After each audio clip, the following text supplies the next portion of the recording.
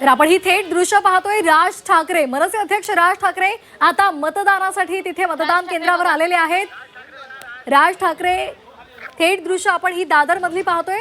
राज ठाकरे हे मतदानासाठी इथे आलेले आहेत आणि ते इथे काही सूचना सुद्धा देताना आपल्याला पाहायला मिळते। खरं तर मनसे आणि शिवसेना युतीची महापालिकेमध्ये युती झालेली आहे।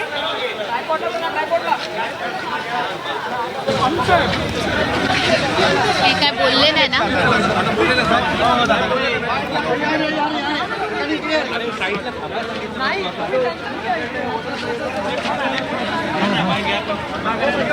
राज ठाकरे मतदानासाठी पोहोचलेले आहेत आणि थोड्याच वेळात ते आपला मतदानाचा हक्क बजावणार आहेत। त्यांच्या पत्नी सुद्धा शर्मिला ठाकरे आपल्याला या दृश्यांमध्ये दिसत आहेत। सध्या ते मतदानासाठी आज जात आहेत आणि सध्या विचारणा सुरू आहे। त्यांची कन्या सुद्धा त्यांच्यासोबत आपल्याला या दृश्यांमध्ये दिसते। ही थेट दृश्य आपण झी24 तासवर पाहतोय।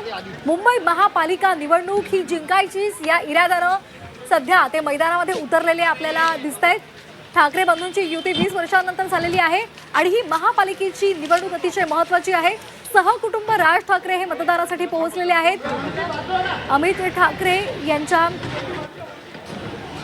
पत्नी सुद्धा आपल्याला या दृश्यामध्ये दिसत आहेत। अमित ठाकरे सुद्धा आहेत। त्यामुळे सहकुटुंब राज ठाकरे हे दादरमध्ये मतदानासाठी पोहोचलेले आहेत। ही थेट दृश्य झी24 तासवर आपण पाहतोय। राज ठाकरे आपण पाहतो या ठिकाणी सहकुटुंब मतदानाला पोहोचलेले आहेत। एकूणच निवडणूक प्रक्रियेमधील अनेक गोष्टींवर राज ठाकरे यांनी सुरुवातीपासूनच खरं तर आक्षेप नोंदवलेला होता आणि आज सकाळीच मतदान सुरू झाल्यापासून महाराष्ट्राच्या कानाकोपऱ्यातनं ज्या बातम्या ज्या घटना समोर येत आहेत त्यावर देखील राज ठाकरे आता मतदानाच्या पूर्वी किंवा मतदान केल्यानंतर काही भाष्य करतात का हे पाहणं महत्त्वाचं आहे। कारण अनेक ठिकाणी आपण पाहतोय नागरिकांमध्ये देखील काहीसा मतदारांमध्ये देखील काहीसा गोंधळ असल्याचं आपण या संपूर्ण प्रक्रियेदरम्यान पाहिलेलं आहे। बऱ्याचदा मतदान करताना काही ठिकाणी लाईट लागत नाहीये। अनेक मतदान केंद्रांमध्ये ईव्हीएम मध्ये बिघाड झाल्याच्या देखील घटना समोर येत आहेत। सातत्यानं झी24 तासच्या माध्यमातून आम्ही या सर्व घटना ह्या सर्व बातम्या तुमच्यापर्यंत पोहोचवतोय। त्यामुळे या सर्व घडामोडींवर राज ठाकरे नेमकं काय भाष्य करतात हे पाहावं लागेल। कारण गेल्या काही दिवसांपासून राज ठाकरेंनी सातत्यानं मतदान प्रक्रिया ही पारदर्शक पार पाडावी यासाठी त्यांनी आवाहन केलेलं आहे। सातत्यानं निवडणूक आयोगावर त्यांनी देखील निशाणा साधल्याचं आपण बघितलेलं होतं। त्यामुळं आजच्या या घटनांनंतर विशेषतः मतदानाच्या दिवशी देखील अशा जर घटना घडत असतील तर त्याला नेमकं जबाबदार कोण आहे हे आता राज ठाकरे सांगतील। राज ठाकरे यांच्या संपूर्ण भूमिकेकडे आता लक्ष लागलेलं असणार आहे। कारण या भूमिकेमध्ये या संपूर्ण निवडणुकीच्या प्रक्रियेमध्ये राज ठाकरे यांनी वारंवार मतदानाची प्रक्रिया निवडणुकीची प्रक्रिया ही पारदर्शक पार पाडा असं आवाहन केलेलं होतं। निवडणूक आयोगाला त्यांनी वारंवार साकडं घातलेलं होतं।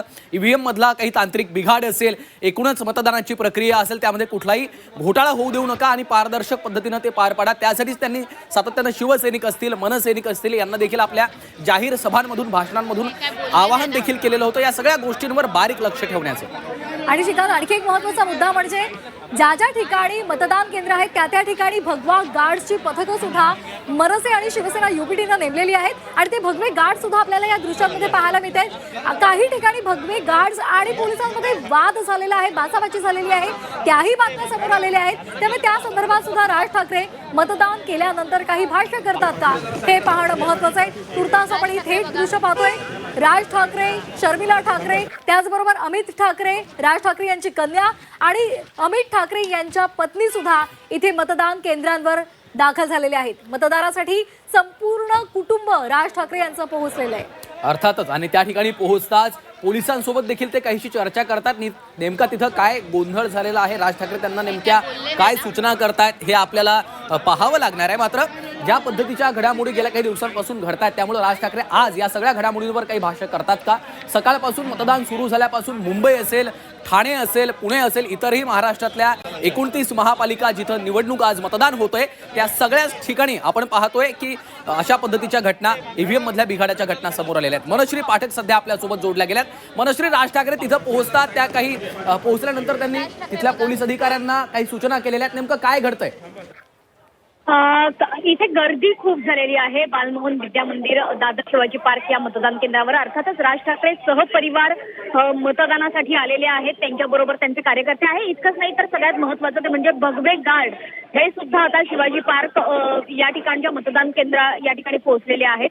सगळ्यात महत्वाचं की या शिवाजी पार्कच्या दादरमधल्या बालभवन विद्या मंदिर या मतदान केंद्रावरती ईव्हीएम मशीन 20 मिनिट त्या ठिकाणचं मतदान हे थांबवण्यात आलेलं होतं. यामागचं कारण की उमेदवारांच्या नावापुढचं बटन जे मतदान करताना दाबायचे ते निश्चित दाबलं जात नव्हतं, याकरता हे मतदान थांबवलं गेलं होतं. 20 मिनिटांची वेळ त्यामुळे या मतदान केंद्रावरती वाढवून देण्यात आलेली आहे. इतकंच नाही तर आता अनेक तक्रारी यायला सुरुवात झालेल्या आहेत. एकीकडे ईव्हीएम मशीन अतिशय मंद गतीने चालतं आहे किंवा मतदान, ही एक तक्रार आणि दुसरी एक तक्रार म्हणजे नखांवरची शाई ही पुसते आहे, कारण मार्कर पेनचा वापर केला जातोय शाई लावण्यासाठी. तर या सगळ्या गोष्टींचा आढावा राज ठाकरे घेतीलच. मात्र मोठी गर्दी शिवाजी पार्क दादर या ठिकाणच्या या बालभवन विद्या मंदिर परिसरात आपल्याला बघायला मिळाली आणि त्या दृष्टीनं आता राज ठाकरेंनी इथल्या पोलीस अधिकाऱ्यांना आणि इकडच्या कर्मचाऱ्यांना सूचना केलेल्या आहेत की गर्दी करून येऊ नये, कारण दादर शिवाजी पार्क या परिसरामध्ये मोठ्या संख्येने ज्येष्ठ नागरिक मतदान करतात. अनेक ज्येष्ठ नागरिक असतील, अनेक दिव्यांग व्यक्ती असतील, ते स्वतः या ठिकाणी मतदान करण्यासाठी येत असतात. त्यामुळे अशा मतदारांचा आदर ठेवून त्यांना जास्तीत जास्त सहकार्य करण्याची भूमिका आपण घेतली पाहिजे, अशा आशयाच्या सूचना राज ठाकरे यांनी दिलेल्या आहेत. मनश्री, राज ठाकरे माध्यमांशी काही बोलणार आहेत का? कारण ज्या घटना घडलेल्या आहेत, बऱ्याच ठिकाणी मतदान खोळंबलेलं आहे, काही ठिकाणी बटन दाबायला उशीर होतोय, बटन दाबल्यानंतर लाईट देखील लागत नाही, अशा देखील तक्रारी येत आहेत. त्यामुळे यावर राज ठाकरे आज काही बोलू शकतात? अर्थातच मतदान झाल्यानंतर सहपरिवार राज ठाकरे मतदान केंद्राच्या बाहेर येतील आणि काल ज्या पद्धतीने राज ठाकरेंनी पत्रकार परिषद घेतलेली होती, मग ते पाडू मशीनच्या संदर्भात त्यांनी काही प्रश्न उपस्थित केलेले होते. तसेच प्रश्न आज मार्कर पेन जो वापरला जातोय शाई लावण्यासाठी त्या संदर्भात राज ठाकरे उपस्थित करतात का ते बघणं महत्वाचं आहे. इतकंच नाही तर ईव्हीएम मशीन संदर्भात ज्या तक्रारी येतात त्यावर सुद्धा राज ठाकरे हे बोलू शकतील.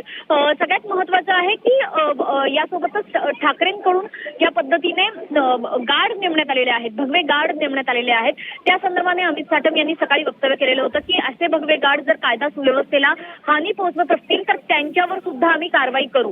त्याच्यामुळे निश्चितपणे दुपार नंतर कदाचित हा वाद चिघळण्याची देखील शक्यता आहे. आतापर्यंत तरी कुठेही दुबार मतदारांमुळे मोठा गोंधळ निर्माण झाल्याचं चित्र सध्या तरी दिसलेलं नाहीये, कारण सुरुवातीच्या 2 तासांमधली जी टक्केवारी समोर आलेली आहे ती सुद्धा अतिशय कमी म्हणावी अशीच आहे. त्याच्यामुळे जसा दिवस पुढे पुढे सरकेल तसतशा कोणत्या घटना समोर येत आहेत त्याच्यावरती हे भगवे गार्ड नेमका कशा पद्धतीने निर्णय घेत आहेत, त्यामुळे आता मतदान केल्याच्या नंतर राज ठाकरे या सगळ्या घडामोडींवर नेमकं काय भाष्य करतात हे देखील आपल्याला पाहावं लागेल.